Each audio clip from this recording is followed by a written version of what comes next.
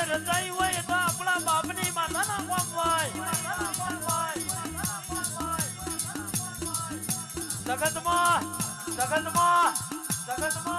પૂરું થઈ ગયું પતી ગયા એમાં હું કહેવા વાળા વિરોધ કરનારા ઘેર જઈને હોઈ ગયા કાલે બપોરે બજાર બંધ થઈ રહ્યા એવું બેઠા વિચારતા હતા એમને મારી સિકોતરે જવાબ આલ્યા હોય